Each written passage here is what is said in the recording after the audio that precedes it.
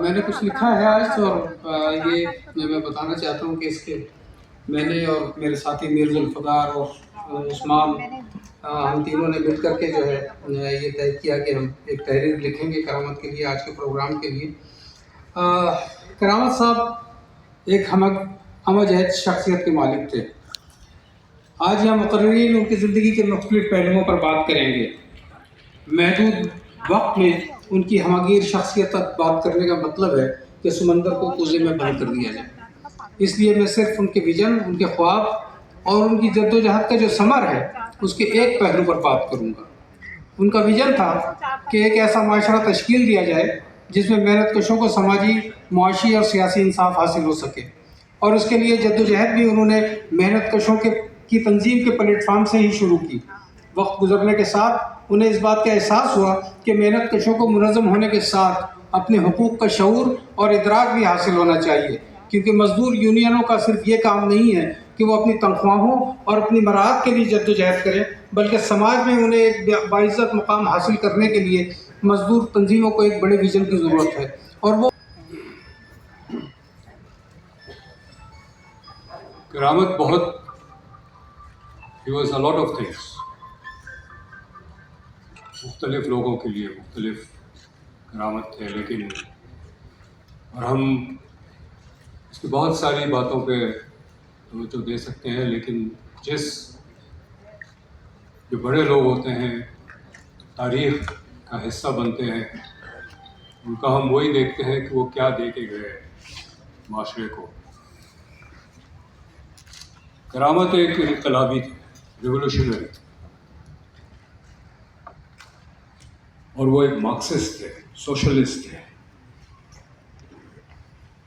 اور بہت سارے ایسے مارکسسٹ سوشلسٹ ہم نے دیکھے ہیں جو وقتی طور پہ it's fashionable to be a Marxist, تو وہ مارکسسٹ بن جاتے یا سوشلسٹ بن جاتے، لیکن کرامت کو پورا مطالعہ تھا مارکس اور لینن اور ماؤ کی جو رائٹنگس تھی، یہ انڈرسٹوڈ، اور وہ کتنے ہی کوئی ایسی محفل میں بیٹھے ہو جہاں بڑے انٹلیکچوئلز ہیں انٹرنیشنل لیول پہ، ان کے ساتھ یہ ڈیبیٹ کر سکتے تھے، لیکن ان کی باتیں جو تھی وہ ہوا میں نہیں تھی۔ وہ یہ سارے جو اصول تھے مارکسزم کے اور لیننزم کے اور ماؤ کے، وہ practical day to day life سے ریلیٹ کرتے تھے، یہ اس کی اسٹرینتھ تھی۔ He was just a dreamer, he dreamed, اس کا ویژن تھا، لیکن صرف ویژن نہیں تھا، وہ ویژن کو کس طرح پریکٹیکل لائف میں اتارنا اور چلانا وہ تھا، اور اس کی ڈے ٹو ڈے لائف اس کو ریفلیکٹ کرتی تھی۔ کرامت سے جو باتوں سے پتہ چلا کہ 14 سال کا تھا وہ فیکٹری میں کام کرنے گیا، ملتان میں ٹیکسٹائل فیکٹری میں، پورا دن اس میں لگایا، اور جب دن ختم ہوا تو اس کو 14 آنا دیے گئے۔ وہ کہتا ہے کہ میں نے وہ پہلے تو دیکھتا رہا، پھر پھینک دیا، کہتا یہ رکھ لو اپنے پاس۔ تو اس عمر میں بھی ایک انقلابی تھا اس کے اندر کہ یہ ناجائز ہے، زیادتی ہے، میں نے نہیں ایکسیپٹ کرنا، اور یہ اس کا پرنسپل رہا۔ ابھی بتایا گیا کہ وہ سر کبھی نہیں جھکاتے تھے۔ پائلر تو جس طرح بنا ابھی بتایا گیا، میں واپس آیا تھا باہر سے پڑھ کے، اپلائیڈ اکنامک ریسرچ سینٹر میں اپنے کمرے میں بیٹھا تھا، اینڈ سڈنلی ہی واکس ان، میری ملاقات ہوئی تھی، 1982 کی بات ہے۔ اس نے اپنے آپ کو انٹروڈیوس کیا، اور ضیاء الحق کا دور تھا، محبوب الحق فائنانس منسٹر تھے، بجٹ آنے والا تھا، تو اس نے کہا کہ محبوب الحق سے طے ہوا ہے کہ پی ٹی وی پہ ایک پروگرام ہوگا، تو محبوب الحق، کرامت اور مجھے کہا میں بھی شامل ہو جاؤں، تو ہم ہو گئے۔ That was my first meeting with کرامت، اور یہ کرامت کی یونیک بات تھی کہ آدمی کتنا ہی بڑا ہو، نیشنل انٹرنیشنل، وہ ان کے ساتھ پہنچ جاتے تھے اور ان کے ساتھ ایک رابطہ کریٹ کر لیتے تھے۔ People even people like Chomsky, you know, he was in touch with them. So,